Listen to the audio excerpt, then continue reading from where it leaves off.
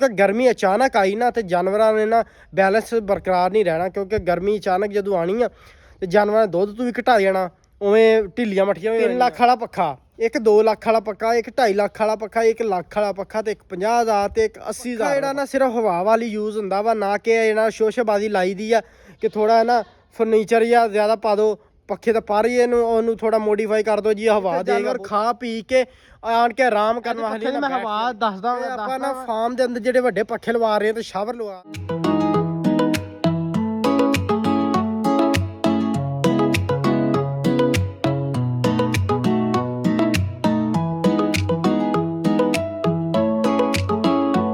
अस्सलामुअलैकुम दोस्तों, की हाल चाल है? सेहत भी ठीक ने माशाल्लाह। आई होप सारे दोस्त भी ठीक ठाक होवणगे ते हसदे होवणगे, खुश होवणगे माशाल्लाह। मैं दस्सिया ना पिछले व्लॉग अपने च कि आपां ना फार्म दे अंदर जिहड़े वड्डे पक्खे लवा रहे हैं ते शावर लवा रहे हैं। हुण फ्रेम रेडी हो गए आ, उत्ते हुण फिट भी हो गए आ। मेरे पिछे देख सकते हो जिदा कि ब्लू कलर दे विच पक्खा दिख रहा होना छज्जा वगैरह, वो मैं तुहानूं दसदा चला। जिदा कि यह तुहानूं दिख रहा ना सामने छज्जा, यह अपना लवाए असीं इधर, वो एक अगली साइड ते लवाया। दूसरा यह लगा जी अपना जिहड़ा इधर मैं तुहानूं कहा पिलर दे नाल एंगल बनाया, अगली एक वो अगली साइड ते लगा। इन्हां दे इस जगह ते आपां तां लवाए क्योंकि अपने जानवर इत्थे खड़े होकर चारा वगैरह खांदे, सैले खाना, लूसन खाना उन्होंने, तो वो इस जगह ते अपने जिहड़े पक्खे दी थ्रो लगनी है। इहदे पक्खे दी मैं हवा दसदा वा। तो इधरली साइड वाले असीं पक्खे लवाए इस जगह ते क्योंकि सामने तुसीं देख सकदे हो खाली जगह, जी खाली जगह ना, इस जगह ते असीं जनाब बनाने अपने बंकर जानवर वाली, जिथे जानवर खा पी के आन के आराम करने वाली ना बैठ जाएंगे। यह तुसीं देखदे पे हो ना, इस तरीके ना अगला पक्खा भी इस तरीके ना लगा होया।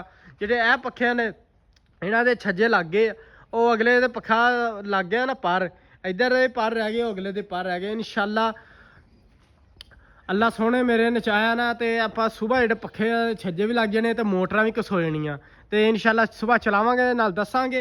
एहली साइड तो माशाल्लाह अपना ना काम आप टाइम ना मुका रहे क्योंकि गर्मी अगे वध रही ना आहिस्ता आहिस्ता गर्मी वध रही है, तो जानवरों वाली ना जल्दी इसका इंतज़ाम करिए। तो गर्मी अचानक आई ना तो जानवरों ने ना बैलेंस बरकरार नहीं रहना, क्योंकि गर्मी अचानक जो आनी आ तो जानवर ने दुध तू भी घटा देना, उवें ढिलियां मट्ठियां हो जानियां, तो उस तो अगे गांह बीमारियां भी आ रही वा, उन्होंने वाली वैक्सीनेशन अपने जानवरों को कराओ।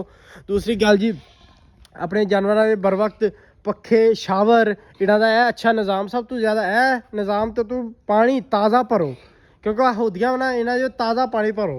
हुण असीं इधर वाले जानवर उधर शिफ्ट करते, इधर असीं नाले बन्नियां बना रहे, जिदा कि तुहानूं दस्सिया ना मैं अपने नाल शावर लग गए ना, नाल ही अपने इत्थे वो पैप लग जाना जित्थों आपां फर्श धोना करना।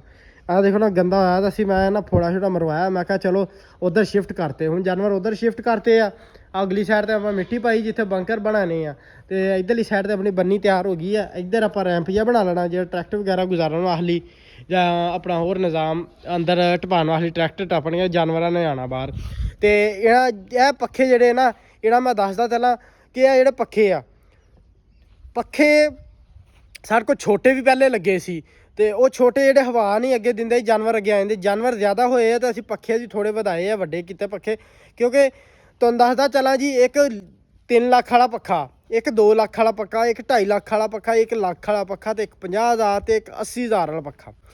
इन्हां 2 लाख वाले ने भी हवा देनी है, 3 लाख वाले ने भी देनी है, तो 1.5 लाख वाले ने भी देनी है, तो देनी 50,000 वाले ने भी है। इस करके ना जनाब पक्खा जिहड़ा ना सिर्फ हवा वाली यूज़ हुंदा वा, ना कि जिहड़ा शोशेबाजी लाई दी आ कि थोड़ा ना फर्नीचर या ज़्यादा पा दो पक्खे तो पर ही ਉਹਨੂੰ थोड़ा मॉडिफाई कर दो जी, हवा देगा बहुत ही। ਉਹ ਭਾਈ ਨਾ कि जिन्नी ਆਪਾਂ जानवर वाली असल फार्मर कामयाबी होवे ਜਿਹੜਾ कम खर्चा बाला नफीस, कम खर्चे से बाला नफीस, थोड़ा खर्चा होवे तो फायदा ज़्यादा होवे, यह फार्मर ज़्यादा कामयाब आ।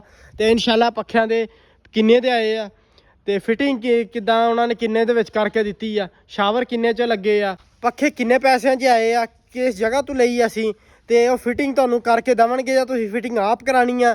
ਇਹ सब कुछ शावरां दे बारे डिटेल दे नाल इंशाल्लाह अगली वीडियो दे विच तुहानूं मैं दस्सिया जावांगा। ਉਹ ਬਾਈ जिन्हां को असीं ले खरीदे बाय कीते उन्हें सब कुछ अगला व्लॉग दे विच इंशाल्लाह आपां मिलांगे और अगले व्लॉग च तुहानूं दसदे चलांगे। बाकी दिओ सानूं इजाजत, अगले व्लॉग च मिलदे आं तुहानूं सारे दोस्तां दे इंपॉर्टेंट व्लॉग दे विच।